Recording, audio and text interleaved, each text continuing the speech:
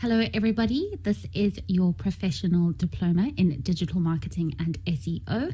We are going to be looking at brand management. What we are looking at today specifically is, of course, brand management and various factors within that, followed by something called brand lift. Then we will look at digital PR, which is a core function or feature of branding and brand management. And then finally, community management, specifically looking at social. So what is a brand exactly? The initial definition was that it was just referring to the identifying visual element of a business. For example, if you think of Nike, their tick would be the brand. But it has since evolved into encompassing various aspects of a business. So what's great to do is to think of a brand as a person. Your mind is your story, so what you communicate. Your voice is how you communicate it. Your clothing is what you look like, so your logo, your packaging, your creatives. And then your limbs are all the ways that you share your story. This was less so in the past, but a brand is vulnerable to external happenings like trends and events, not to mention the voice that the internet has given the world, where we can glorify or ruin a business almost within minutes. They are also, of course, susceptible to industry changes, as well as technology changes, and a lack of transparency. And that, again, has become even more important with the digital age. If you're not transparent as a brand anymore, then people don't fall for it. And so you need to work on that. An article from Investopedia said that brands that are successful create a gap between themselves and their competitors in the minds of consumers. Generally speaking, companies in the same industry usually offer products that are 99.9% identical to the non-specialists. The difference is in the brand. A simple way to look at this is to think of industries like clothing and food. People are selling essentially the same thing. If you took a label off a cake or a pair of jeans, you wouldn't know who it belonged to. And that is why Investopedia is saying here, the difference is in the brand. Not all businesses are brands. Any business can become a brand, but it's a process that is built up over time. So let's look at the difference between branding and brand management. It's not set in stone. These responsibilities can lie with the same person or be segmented even further, but generally branding involves the conception, creation, and management of the tangible elements in a business. So what we're talking about here is the product, the look of the product, the packaging, the pricing. It's almost all the physical aspects of a brand. But then with brand management, this involves working with and improving the intangible elements, which we will go through just now in detail, like brand perception and reputation across target markets. Brand management is about establishing an emotional connection with customers, using a consistent message that is distributed in multiple ways. You are persuading your target market to purchase your product or service. If you're an existing brand and let's say a new brand management team comes on board, it would often begin with an analysis on how a brand is currently perceived in the market. So let's look at some of the intangible concepts or factors in a brand. As I said in the beginning, there are both tangible and intangible factors in brand management. Today, we are focusing on the intangible, as the tangible is less to do with our core topic, and that is, of course, digital marketing. The intangible factors of a brand have a huge effect on the performance of your marketing, and this is especially true in your paid marketing because, of course, you're spending money to get performance. But if the intangible concepts of your brand are not performing well, then your marketing will suffer. One aspect to mention, though, in terms of tangible is marketing channels. So this is, of course, a tangible aspect of brand management, and it's ensuring that your website, your organic and paid media channels, and all marketing communication are on point with the brand, and that means consistent.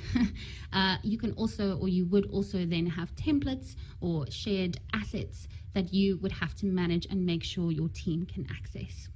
First up, and I'm sure you know this already, it is awareness.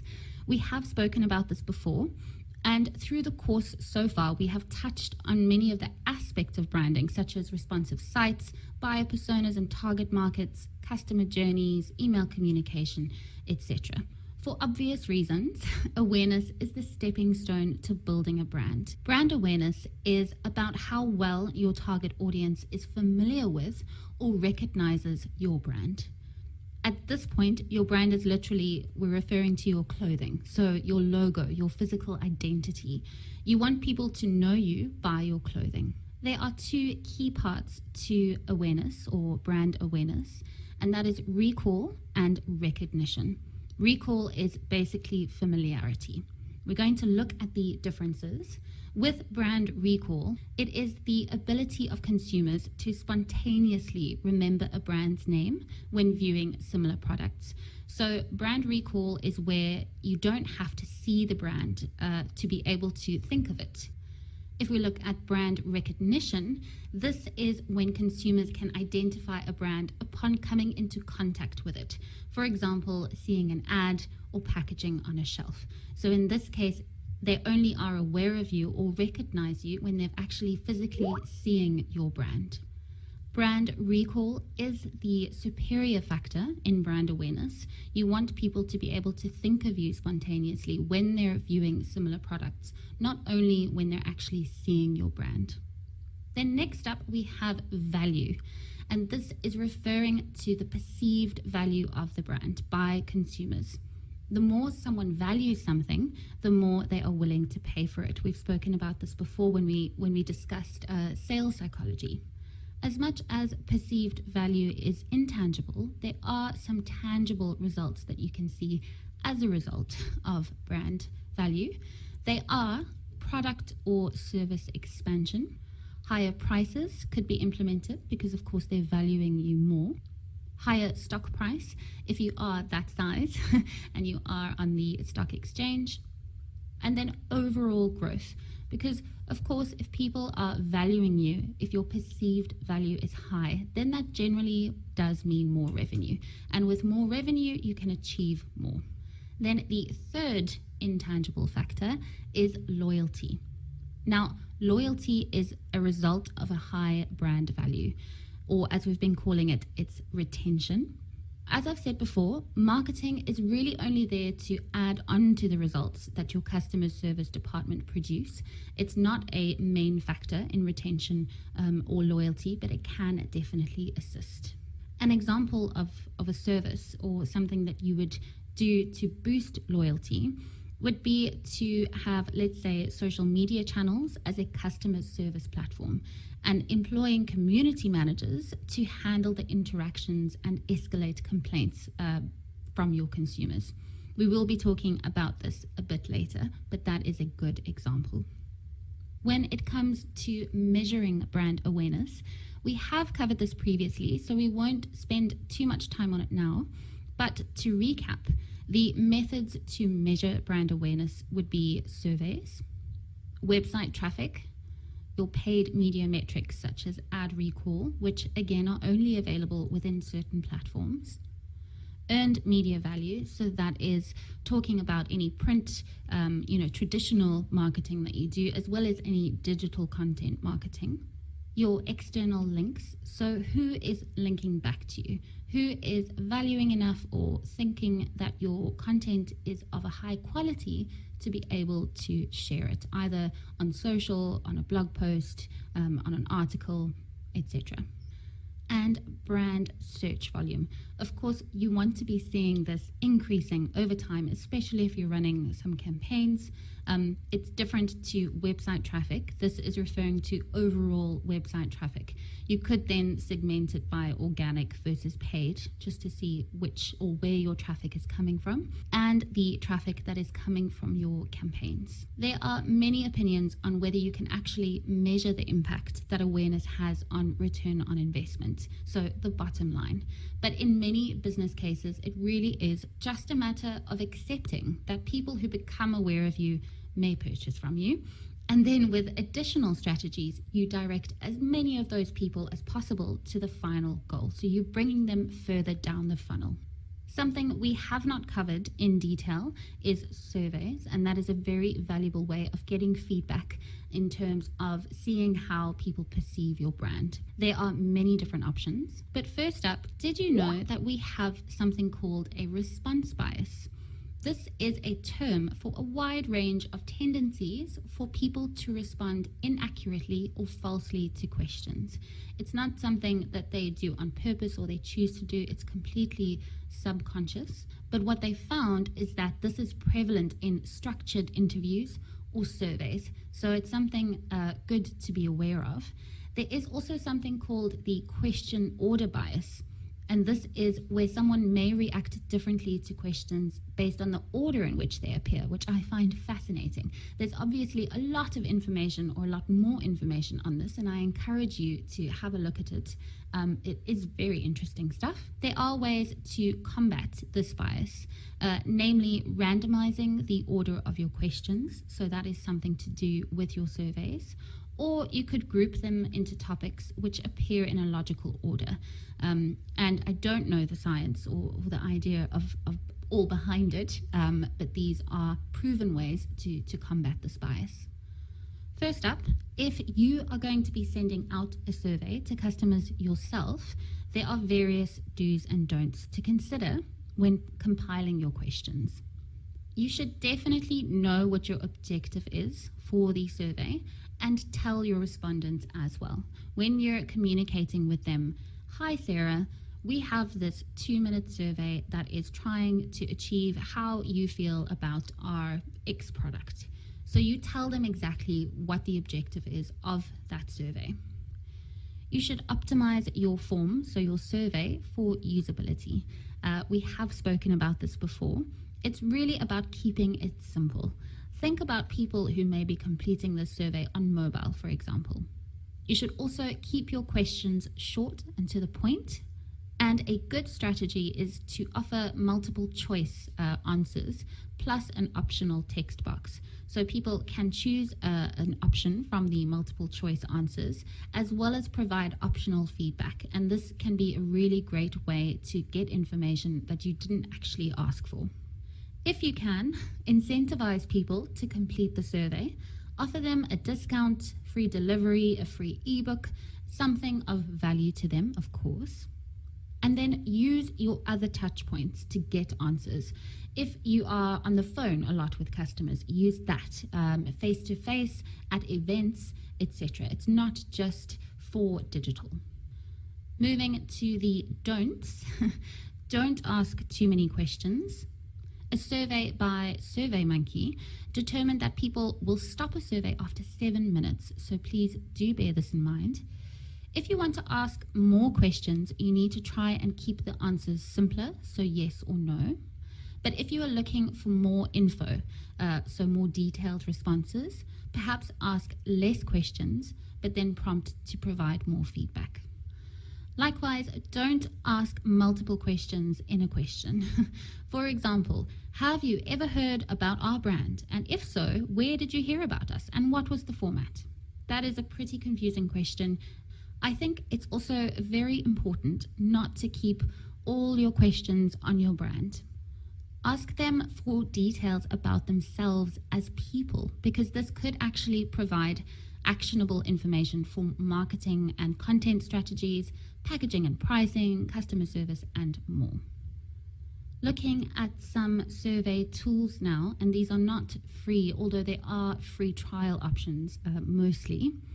First up, we have something called Typeform, and this is an incredibly cool platform. Go and check it out. It offers you lead gen opportunities. You can, of course, send surveys and quizzes.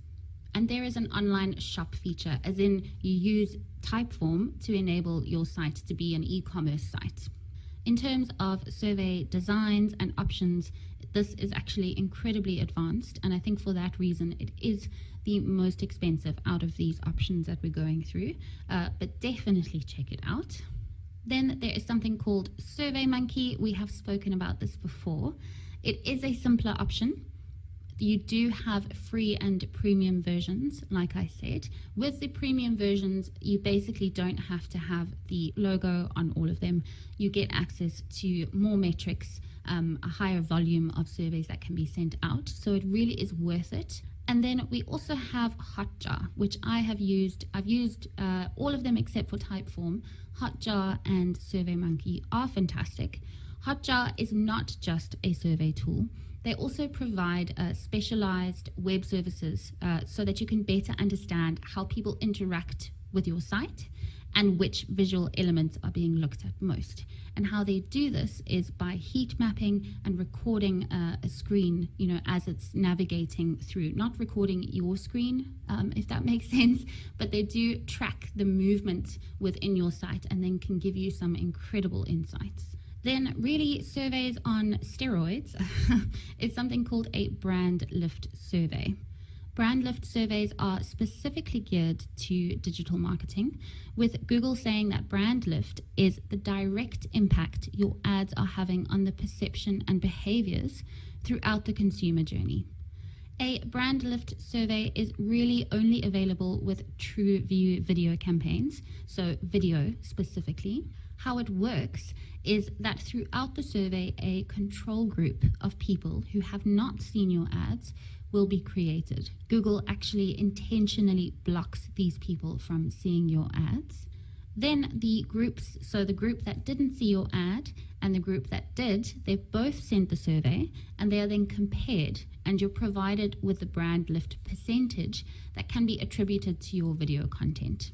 This is an example of a brand lift survey. So it essentially is an ad. It runs pre-roll generally, so before the video starts, and you can skip it. You don't have to complete it, but this is just what it generally looks like. In terms of cost, the cost is free, but there are some minimum budget requirements to ensure that there is enough data. We're going to go through the options, the available objectives and questions. With first up, we have ad recall and the question that is asked. And these are predefined questions, so you can't change them. It will be up to you to provide 1 to 3 competitor names to be included in the survey, or Google can actually provide those based on similar industries, but I would recommend sending through your own. So ad recall asks, which of these brands have you seen online video advertising for recently?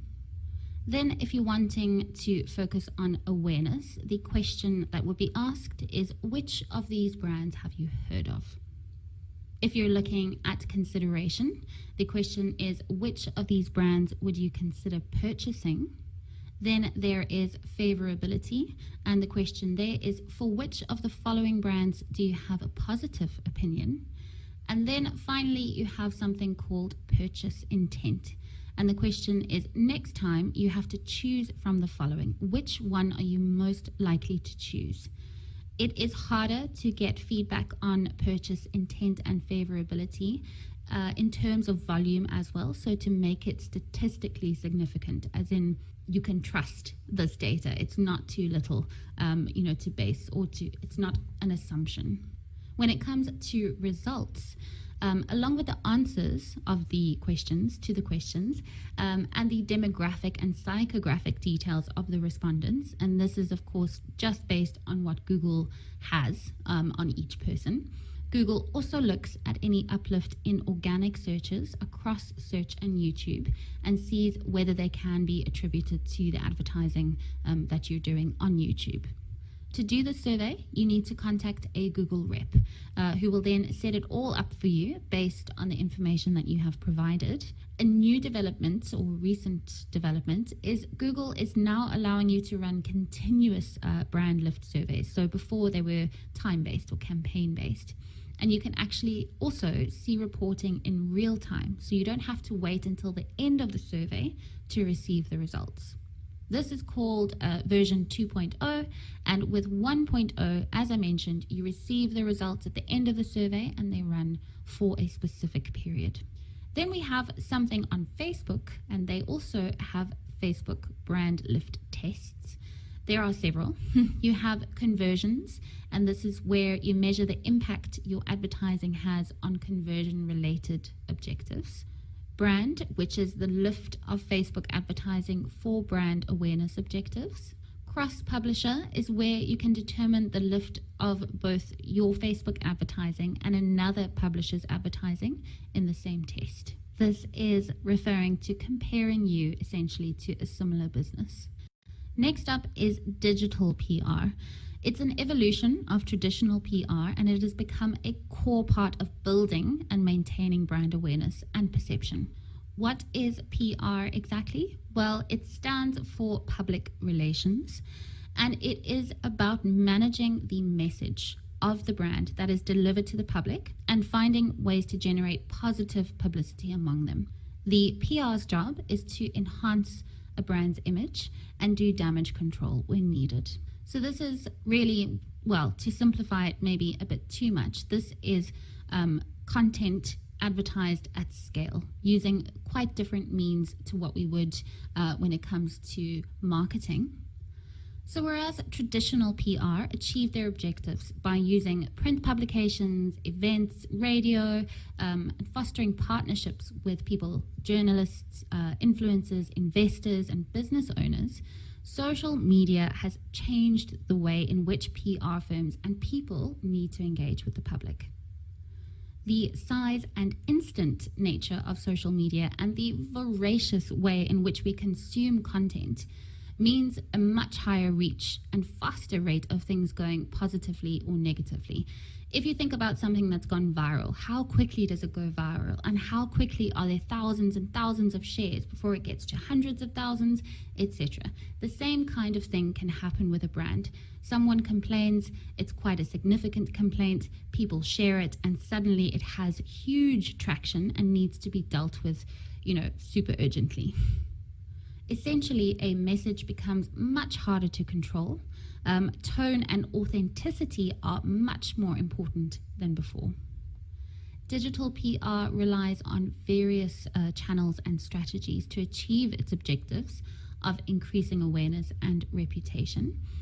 Within content marketing, they use multiple areas, namely websites, either through buying media space or having a relationship with the business, so you can post content on there for free. Online magazine publications, partnerships with influencers, bloggers, and reporters. So that hasn't really changed. There is still a lot of, let's just say, traditional stuff that goes on when it comes to digital PR, but there just is a huge digital element now. Then, of course, we have social media, which is a fantastic way to distribute content, and then email. Then another big area that they are involved in is SEO. Now, remember that content is king in SEO. It lives on your site and is one of the main aspects of PR, so there's a natural fit content at the end of the day. Where they would influence that, of course, would be your website. And I'm not talking about a blog post or anything like that. There are very specific things that PR covers, and we'll go into that shortly. There's also backlinks.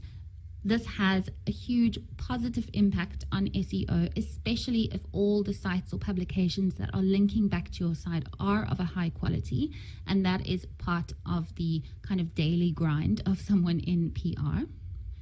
Then organic searches. So that might be a part of their directive. Essentially, they need to increase visibility of a brand's content, but with organic means, so not through paid media of any kind. Of course, things like publications or adding content to different sites may result in more organic searches, and that is the paid aspect of it. But generally, organic searches overall would be monitored for what to which articles, and then that content would be analyzed and improved upon. How does PR differ from marketing? PR is about sharing newsworthy information, so something that they know will capture the attention of the public without it being sales driven or gimmicky. So apart from booking media space online, for example, or for certain articles, they typically wouldn't be in charge of distributing that content through paid media. So that is where the difference lies. Some examples of the content that they would share would be your brand story to try and get that emotional connection with the public. It's your CSI initiatives, corporate social investment. So anything that you're doing for the greater good. Is there a charity that you're involved with? Do you donate to something regularly? This is something that PR would be interested in. It's potentially a customer leaving a review and finding out more of her story. So you take that information, you contact that customer, you get the full story, and then you blast it everywhere. For example, how did your brand change this woman's life? How did it improve things, etc. Any introduction of a new product or service line would be something that PR would handle or deal with. If you are hosting an event, that is something that they would try and get across multiple publications, of course. And generally creating or generating buzz around anything that you are doing, anything that could relate to you. For example, a lot of people have yearly plans in terms of the content that they're going to be sending out, just because in this industry there's certain notice, or quite a big notice, that you have to give if you're going to be booking a certain space or something like that. So you have a yearly plan, and let's just say you are a company for women. Very simple example. Women's Month is something that you would perhaps want to do something around. So PR would get involved there. They'd find out what kind of angle you could take to make it newsworthy, and then you would go on from there. If someone is at the point where they're not able to hire an agency to do their PR, there's something called DIY PR. It might not be as effective sometimes, but there are options. You need to use your network, become an influencer or a thought leader. I know it's not as simple as a bullet point, but that is an option. Connect with people that you know online and offline. Chances are that some people are in the same boat as you, and you can actually help each other out. And there may be others who can offer you leads or at least valuable advice. Keep on top of trends in your industry and write content around them. Fast, of course, trends come and go. Call your local radio station if you're running an event. That is something that they are generally quite happy to give some airtime to, as a local radio station. Encourage your customers to leave reviews and incentivize them if possible. Reviews, or leaving reviews, is a huge factor when it comes to perception and reputation. Coming to our last topic of the day, which is social listening and monitoring. This is a big part of digital PR as well as overall strategy. Social listening is about analyzing brand keywords and related keywords, as well as topics and industries. The reason why you want to do this is because you want, or you need, to see the discussions and feedback around your brand and analyze these findings to then influence your communication, your targeting, your voice, and any number of things. Then there is social monitoring, which can also be called community management. And this is where you get feedback and ideas from communicating directly with your customers. You offer support for followers and customers. You boost perception and reputation with a quick turnaround time because it's so public. Everyone is seeing all the comments as well as your responses. And of course, it can increase sales and leads. If your customers feel like they're being looked after, they'll become more loyal, they will buy more. So that is why it's important. This does come with risks. Being active on a channel really does open you up to negative feedback. But the idea is that as a brand, you want to be seeing that feedback and at least being part of the discussion, as opposed to not being aware of it at all. Even though it is negative, how you respond and deal with that situation can actually turn it around and make it a really positive story. You're setting expectations for your customers. Let's say that you have a Twitter account and that is your main customer service platform. So people tweet you and DM you their experiences of your brand. If you start doing this really well, then they will, of course, expect you to continue doing it well. So anything that you decide to do in terms of opening yourself up to a social media channel, especially if you haven't been there before, needs to be considered very carefully. But generally, I wouldn't say there's any case that you shouldn't have a presence there. There is also the risk of responding incorrectly if brand tone and voice is not clear. This can be a responsibility that either lies on the brand side for not being clear enough, not having a brand Bible in place, or it could be if you're outsourcing your community management and you have various people responding, they might not all be aware of what the tone is, and that can go a bit wrong sometimes. Looking at some community management tools, you can, of course, manage your social media presence on the native platform, so on the Twitter platform, on the Facebook platform, etc. But when you have several profiles, as well as, let's say, 10,000 people following you, you might want to look at some tools to help you. First up is Sprout Social. This offers you analytics, so you can get metrics on all the different platforms.